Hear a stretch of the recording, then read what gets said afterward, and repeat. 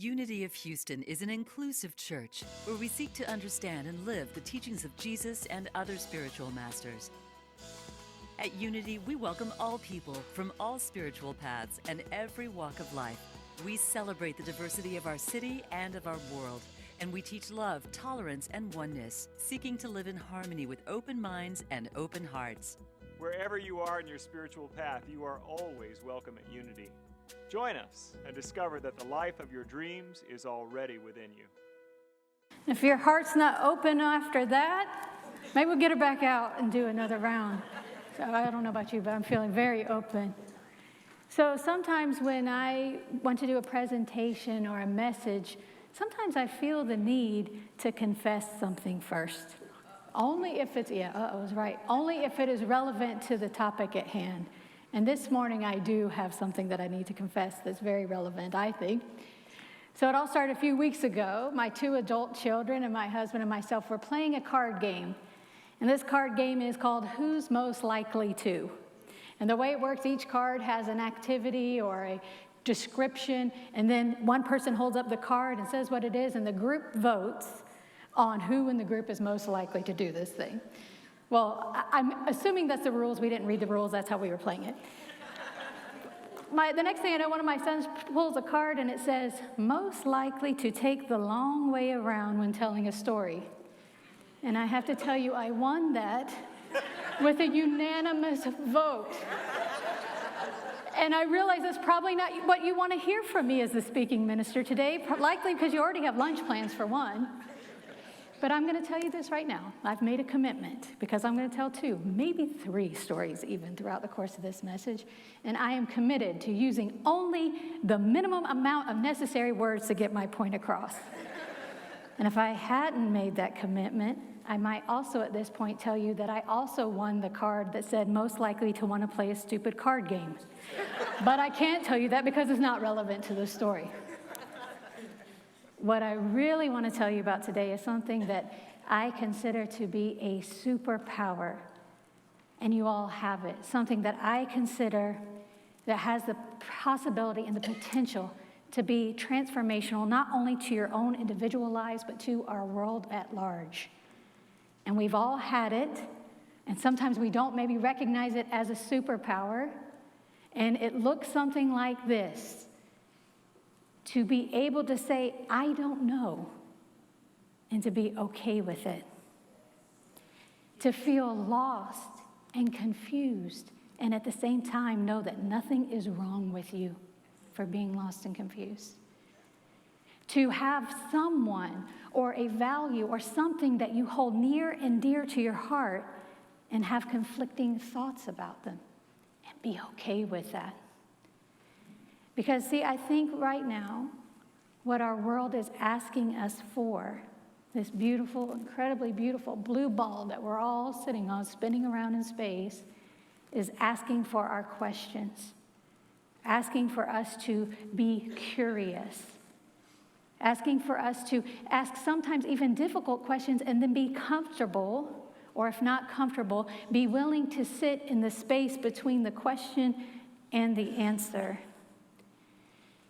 And this isn't about not knowing stuff and not doing stuff. Knowing stuff and doing stuff is great. Humans are really great at it. We've solved a lot of problems in that way. And the thing is, though, when we have placed too much importance on the knowing and the doing, we have lost something. Because it's very easy to look at the world, and I know this, I experience this. We look at the world and we can see lots of brokenness, lots of things in need of healing, in need of peace, in need of harmony, and we want to do something. And we can do something, but at first we must ask the right questions. First, we must be willing to be okay with not knowing what to do. Because when we are able to do that, even deeper questions arise, and from those deeper questions come answers that are infused with wisdom. And so I think when I think of things that we try to find quick answers for, because that's the tendency sometimes, right? We have a problem, we look at it, let's just figure this out and get it done. And we don't always understand the complexity of the problem, so then the solution doesn't turn out to meet the need. And I can think of a problem that my sisters and I were faced with when I was young. And this felt like a serious problem to us. We wanted to be able to say bad words. That's what we called it. We wanted to be able to say bad words. We tried it. We tried it a lot. And this was back in the day when you get your mouth washed out with soap. And if I close my eyes, I swear to you, I can still taste the flavor of an Irish Spring. This is how often I tried this. So we knew that solution was not going to work. And so what did we decide to do? We decided to come together, and we were kind of grousing about this the injustice of it. Why were the adults allowed it? Because the adults in our lives felt very free to use that language, and we wanted to be able to do it too. So among the collective wisdom arose a solution that we would create a list of fake bad words, code words that we would be able to say and get away with it. Now, I was the oldest, so in my infinite wisdom, I said, you know what, if we're going to do this, let's do it right. We need a brainstorming session. Let me get my pad of paper and a pen. Somebody get the candy cigarettes. We're going to sit down and do this thing. Right? And so we got our lists out, and we made a list, honey, of every bad word we could think of. I'm just scribbling them down. My sisters are flinging them as fast as they could. Now that list, depending on your perspective, was either very impressive or terrifying for 3 kids 10 and under to come up with. But we came up with our list. We came up with the code words. And as kids are wont to do, the next thing grabbed our attention. Probably we went outside to play Little House on the Prairie, and we left the list behind. We left the list behind. And when it was found, as you can imagine, my stepmother was none too happy about it. It was confiscated. It's tragic, really. We never got to use any of those words. And so it's got a very sad ending. I'm not getting choked up. But the thing about that list, even though it's a silly example, I tried not to take too long to tell the story. I don't know if you noticed. Might have felt long. Is that we were coming up with surface level solutions there. All we did was rearrange some vowels here and there, came up with some rhyming words. We probably wouldn't have, even if the list hadn't gotten confiscated, we probably wouldn't have gotten away with it. And so that's what we need to do in our lives, not make fake bad words, but we need to look at ways that, what is the actual problem here? What is actually being called for here? And one of the ways that we can do that is that we first must need to tap into who we are. And so there's a place in the Bible that I really appreciate. Jesus was a master. Jesus was a master at asking questions and answering questions with more questions. You know, when they asked, how do you inherit the eternal kingdom? He said, well, what's in the law? How do you read it? And there was another time when he was with his disciples, and he asked them, what are people saying about me, in essence? He said, who are they saying the Son of Man is? And I don't know, some of you might be familiar with Ed Rabel. He was one of Unity's great metaphysicians. And he said, when Jesus asked this about the Son of Man, who do you say the Son of Man is? He was referring to human nature. He was asking what these other humans are saying about this particular human.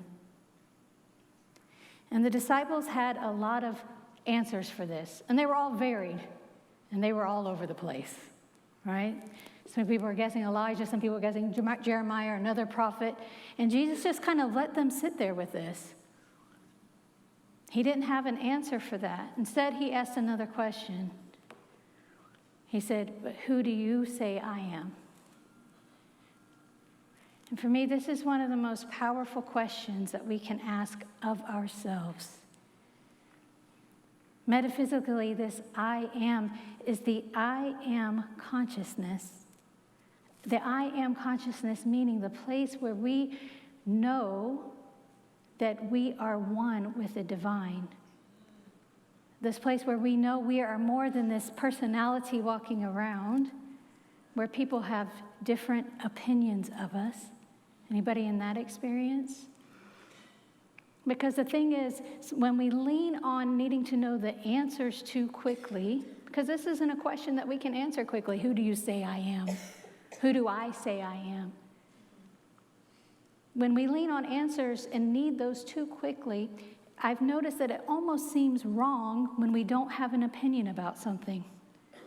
Have you noticed that? Have you noticed that it almost feels wrong to not have the answer?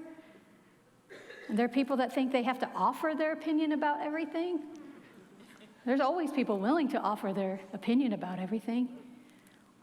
So it's not answers that we're in short supply of. I'm guessing that most everyone in this room right now and online watching has a supercomputer either in your pocket or in your bag that you could pull out right now. Some of y'all might have yours out right now. I'm not looking.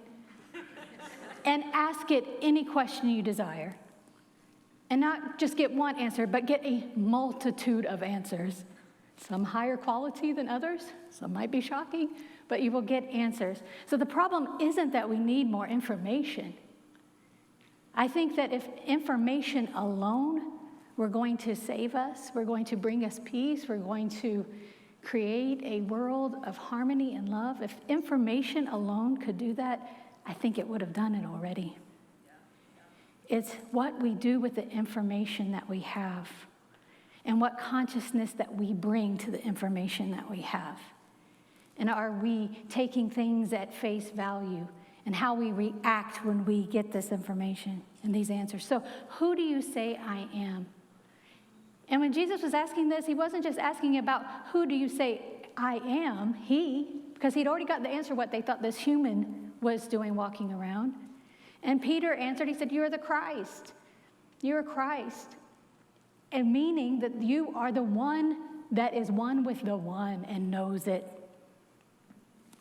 And so Jesus at that moment said, bless you for that answer, because you didn't get that from a book. You didn't get that because you overheard it somewhere. You looked within yourself, and this was revealed to yourself, revealed to you. So all of the great answers would need first to be connected with ourselves first in order for them to be revealed. There's a guy called Philip Shepherd who wrote a book called Radical Wholeness. And he says this, that knowledge without the balance of self-knowledge is lethal. Is actually lethal, which is sounds very serious, right? But you can see this in our world today. There are people that have knowledge and know-how and technologies to do amazing things and to do destructive things too. The technology can be used for good or for bad. It's not the knowledge itself that is the problem. It's not the information itself that is the problem, but it's also not the knowledge or the information that's the solution. We first must connect with the truth of who we are. And that's one of the things I love about when you come to Unity. Many of you are naturally curious people already, or you wouldn't be here. I'm going to guess that for a lot of you, it was your questions that brought you here in the first place.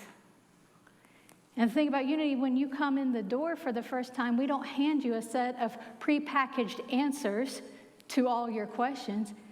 We wait for you to come for a couple of weeks, then we do that. Well, we never do it. We never do it, but what we do is we offer spiritual practices and teachings, principles and practices that point you back to yourself, that point you back to the place within you that you know your connection with the divine, however you choose to call it. And so when we say, who do I say that I am? That can inform how we are able to then go and be in the world. Because who you think you are has a direct bearing on how you behave in the world and how you take your actions and what your motivation for acting. Who I am here to be a source of love and compassion has a lot different feeling than I'm here to be this role and this role and this role. And that's the thing when Jesus was asking about who are people saying the Son of Man is, and they had all these different opinions. Imagine all the people in your life if they could say who you are, right? You're some people's hero, you're other people's problem, maybe sometimes. People have different experiences of you, the different roles you play in people's lives. Not that that is not important, but the truth is that the most important thing is that you know who you are at depth. And that you live your life in a way that authentically expresses that. There's a Zen story that I love about a Zen master, and y'all probably, some of you may have heard this one already, but it goes a little something like, the Zen master was there, and he had a farm, and one day his horse ran off, and the neighbors came over and they said, "Oh, what a horrible thing. What a horrible thing that must be to have your horse run off." And he simply said, "We'll see." The next day, the horse came back, and it brought 3 wild horses with it. So he's got 4 horses. And his neighbors came over and said, "Great, this is amazing. You must be so excited. You have 4 horses now." And the next day, his son went for a ride on one of the wild horses, and it bucked him off, and he broke his leg. And now his son can't work, is laying in bed. And his neighbors came over and said, "Were we wrong about those wild horses? That was not such a great thing to have. We're so sorry. This must be devastating for you. We know that you need your son's help." And he simply said, "We'll see." So a couple days later, the army was coming through. They were conscripting young men to go off and fight in the war. And because this man's son was laying in bed, he was ineligible to be drafted. And the neighbors came over and said, "How lucky for you that your son doesn't have to go to war." And the master simply said, "We'll see. We'll see."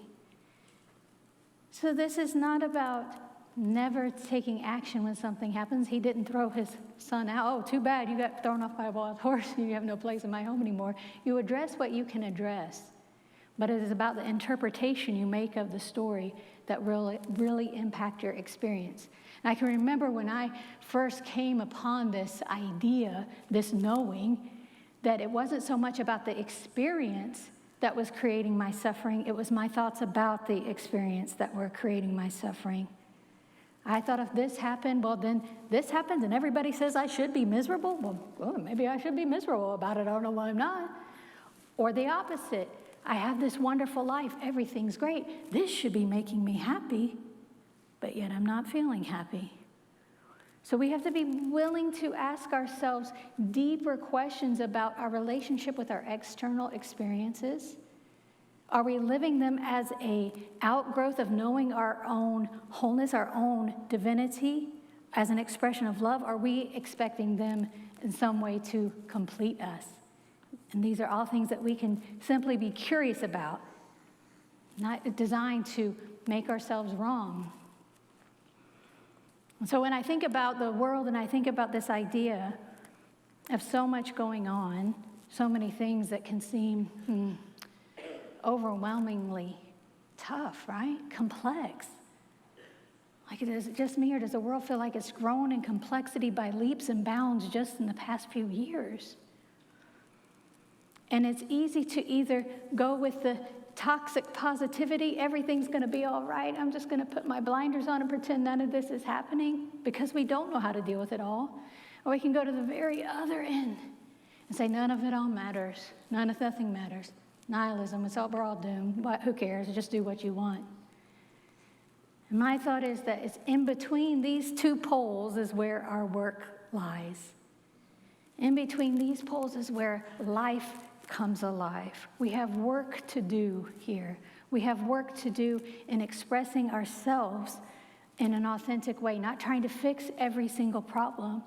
But when you get still, when you get quiet, when you get curious about what's coming up for you, you will be guided to take the next right and perfect step for your own unfoldment and for your own way of contributing good to the world. Eckhart Tolle says that when we are too quick to put mental labels or verbal labels on things, we deaden our own reality. Life becomes shallow. And it is in between the space of perceiving something and interpreting something, that's where all our joy and creativity lies. So sometimes we want to perceive something. We can't help but perceive something all of the time. We're constantly being inundated with things to perceive. And sometimes we go ahead and have an interpretation is already attached to that perception. We see something, we interpret it, we know that. Done. But if we can allow ourselves to have a little bit of space in there, Allow ourselves to have a little bit of breathing room in between that perception and that interpretation. We might just be surprised at what is revealed as our own wisdom. I love Byron Katie too. If any of you are familiar with her work, she has 4 very simple questions that can help you when you encounter a stressful thought. You can go to thework.com, and this is her work. It's 4 questions. They are, is this true? Is this true? Sometimes the thought you're thinking, that's just enough right there. He always does this. Is this true? Oh, well, there was a time he didn't do it. Okay, there is that. But sometimes the mind, yes, it is true. He does this most of the time. I'm not looking at my husband here. He's lovely. But when I said he, the next thing is, can I absolutely know it's true? Okay. Well, that might be a little harder to know absolutely this person has done this 100% of the time in their life. That is true. And then it says, what would it be like if I wasn't attached to this thought? Who would I be without this thought? Not asking you to drop it, just asking yourself the question, who would I be without this thought? And then there's a turnaround. And the turnaround is very interesting because it asks you to consider if the opposite could also be true. Now that one will get you. It gets me all the time when I'm thinking that I need someone to be more compassionate towards me. And I turn it around to the opposite and say, I need to be more compassionate to them. Oh, darn it. And sometimes that doesn't feel true, but there's another turnaround. I need to be more compassionate to myself. Oh, okay, you're right. That's my job. That's not their job to be compassionate. So we can ask ourselves questions that take us into a deeper experience of ourselves. Because the wisdom is already within all of you all. It really is. It's just a matter of looking within. I want to share with you, before we close, I want to share with you an experience that I had a few weeks ago in our beautiful Unity and Community team. I don't know if any of them are here today. But they brought a speaker to us. It was Mike Nichols from the Coalition for the Homeless in Houston. And he did a wonderful presentation in the Pyramid after service, I think the end of October. And his presentation was great. And people from all over the country, we found out, look to Houston for their solutions that they have for homelessness. So it's very inspiring. And he said, you know what, though? This is what I was so impressed with. He said, even though we have some great solutions, he said, I always know that there is not the solution. There is a solution. And he said he was inspired by this from his wife, who reminded him that these very famous words that are in the beginning of the Bible, which is, in the beginning, God. That's what we all think of when we hear the beginning words of the Bible. In the beginning, God. And his wife reminded him that some Hebrew scholars say that a better translation of that would be, in a beginning, God. In a beginning versus the beginning. And that just opened my heart in a way that I can hardly describe. This idea of, if there is a beginning that could create a whole world, could begin all of creation, and it is a beginning. Imagine how many beginnings we get in our own lives. Imagine how many opportunities we have to try out things, to be in the question. There is no one right answer for anything. We can arrive at a maybe collective answer, a collective wisdom answer, after we've been willing to be with it for a while.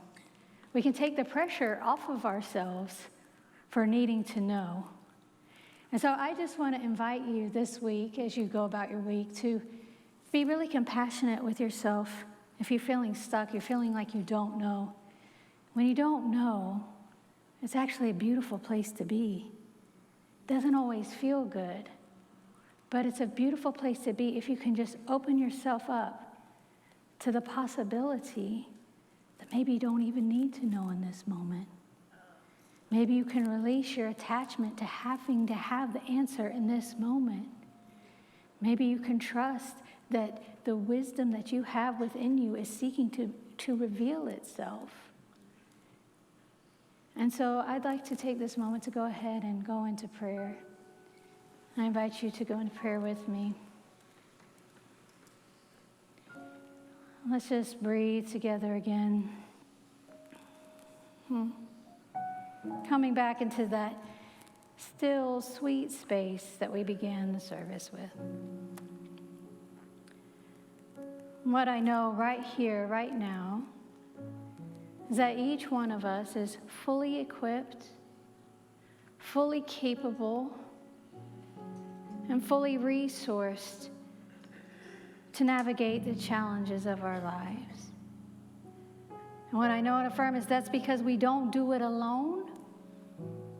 We don't do it from a sense of not enough. We do it from the sense of the overflow of the perfection of the consciousness of God that is expressing itself as us. And so we can rest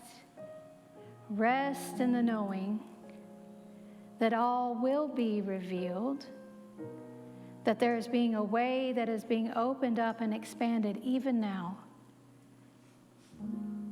And all we simply need to do is allow. And so for this, we are grateful. And so it is. Amen. Amen. Thank you all so much for being here today, having me. Thank you. Thank you. Watching this message today. I'd like to invite you to join us in person here on campus at Unity of Houston for Sunday morning or Wednesday evening services.